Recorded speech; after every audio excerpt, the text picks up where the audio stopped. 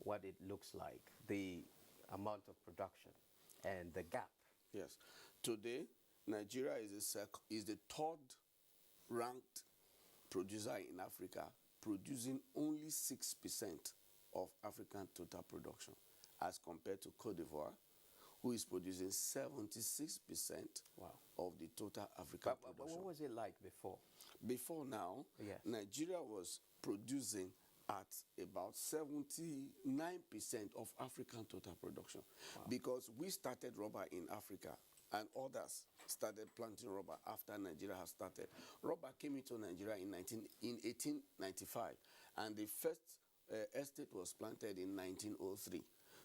Other countries then were not there, so rubber was actually massively entered into, and we had a lot of plantations. Then we even had companies that were using the products here in Nigeria, like Dunlop, like Michelin, like Bridgestone. They were here. We had a lot of factories in the southwest, and then of course we had a lot in the south. Those are the rubber beds in Nigeria. So now, what do we need to do to maximize the potentials in the sector? The truth of the matter is, for a reasonable government, they should know now that a lot of factors are acting against the crude oil. And I'm sure that's one of the reasons that the federal government have started thinking about developing the non-oil sector. Yeah. Now, if we had to do that, it means that we have to reappraise the situation and then have a blueprint or a roadmap to developing our agriculture one more time.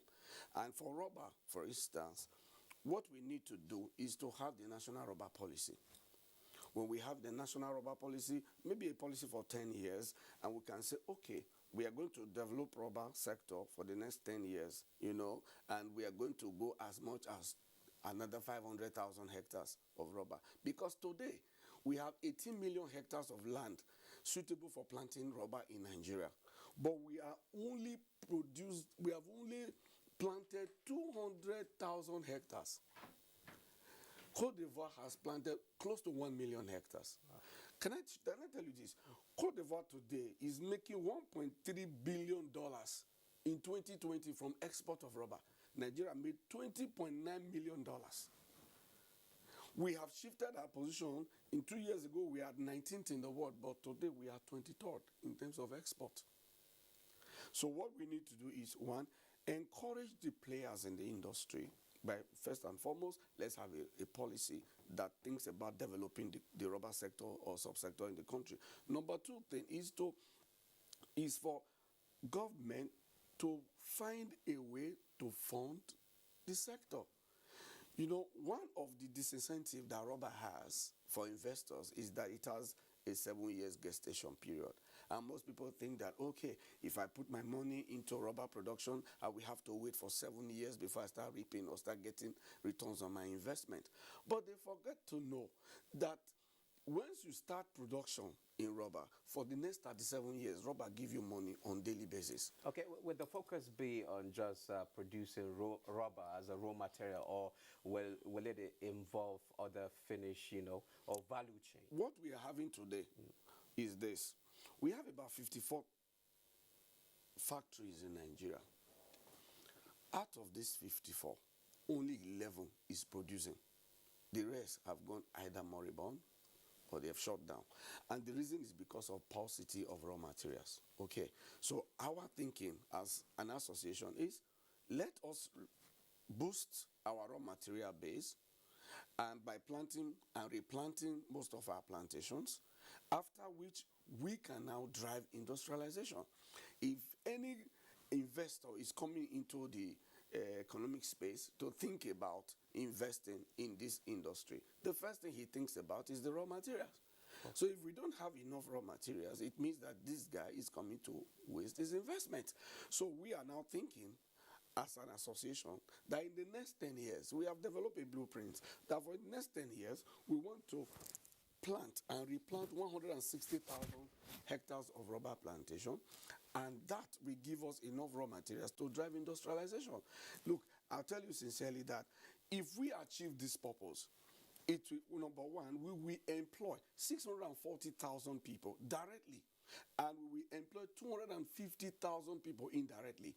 And at the end of this project, we will make 2.6 trillion naira. Wow.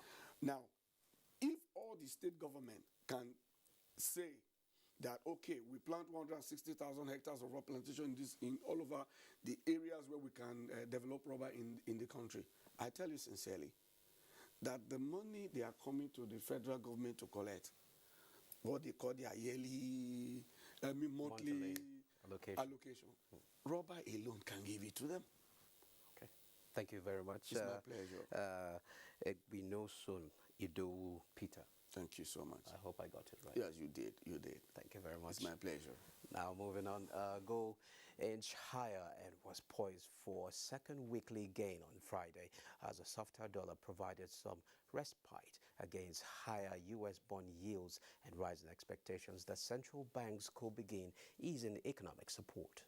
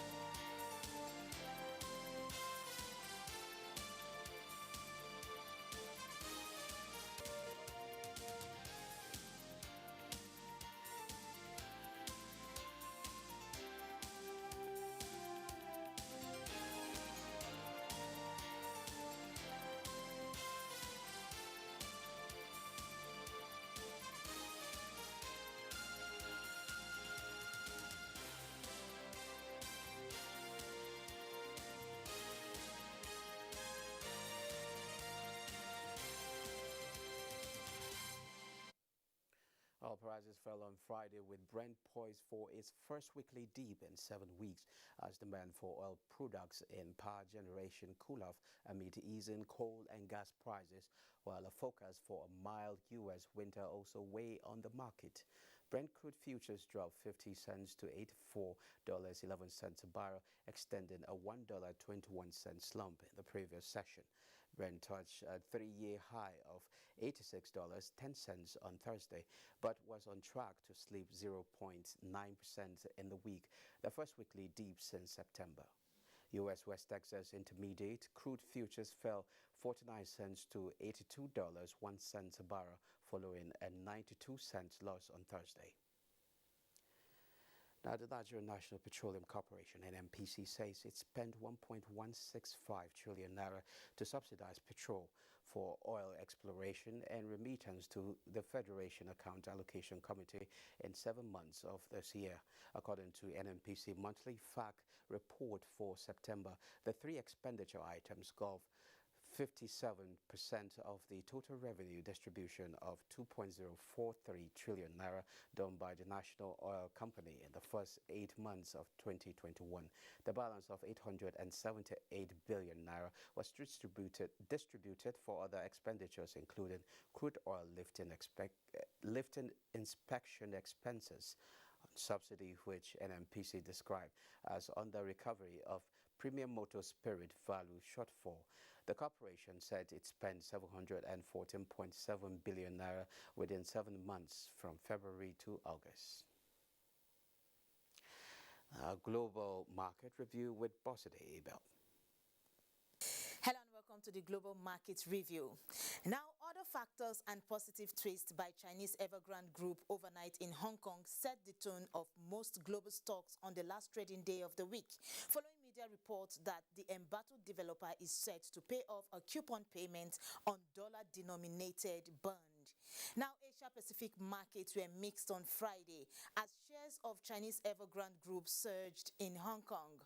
Hang Seng Index was 0.42% high at 26,126.93, while mainland Chinese stocks were mixed, with the Shanghai Composite dropping 0.34% at 3,582.6, while Nikkei topped 0.34% to close 28,804.85. European stocks advanced on Friday as fears over the Chinese property market cooled while investors monitored corporate earnings and key economic data. DAX was 0.63% high, CAC 40 was 0.97% high, and FTSE 100 also topped 0.35%. U.S. stock futures were muted in early morning trading Friday after disappointing earnings reports from technology companies. Dow Jones Industrial Average gained 0.03%, while S&P 500 and Nasdaq Composites were on the low. Now, this trend also affected African markets, with most stocks like South Africa's JSE Africa Top 40 and Namibia's overall index recovering from days of being muted. Tunisia's Tunidex was negative, while Nairobi's All-Share and Ghana's GSE Composite still maintaining Thursday's figures. That's the Global Market Review segment. I am Boss Sede Able. Please stay for the concluding part of the program.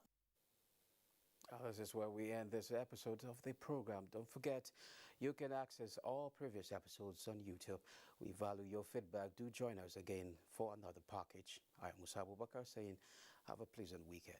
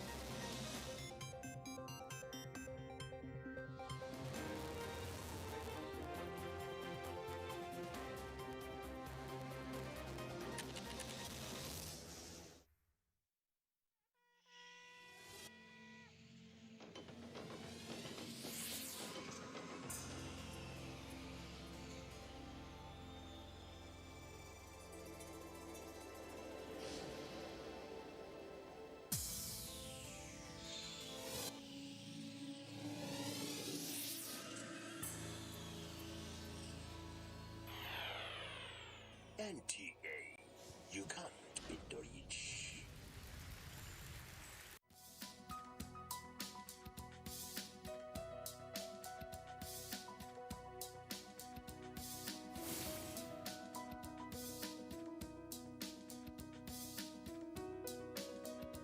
Everything is architected and designed by the Almighty. Someone who is a Christian is someone who lives a life of Christ. Jesus Christ. And the life of Jesus Christ is a life of sacrifice. Yes.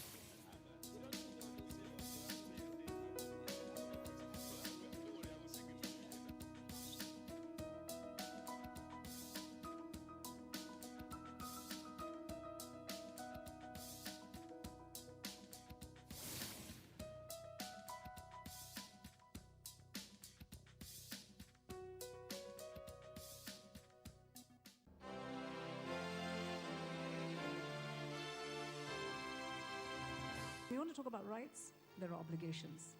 I'm not saying that this government is a saint, very far from it. But there are things that we can do to make it better, and that's the challenge I'm throwing to you. You don't want to build this nation? I don't know where else you want to go. If I had a choice, I'll come back. When I stand outside and I hear what you have to say about this country that I know that I can die for as one, then I'm really sad because you're young. You have education. You have two huge future ahead of you, and you're condemning yourself before you started on that journey.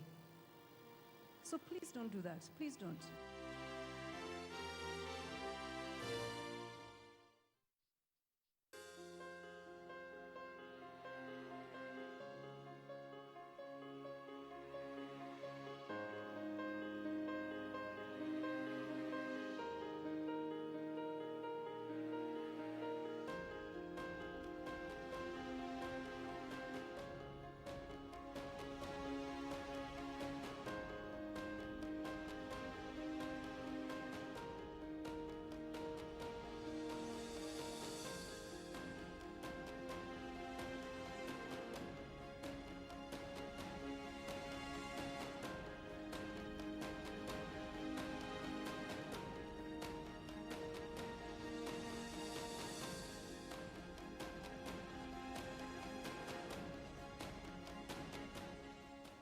This vaccine is safe and it has been certified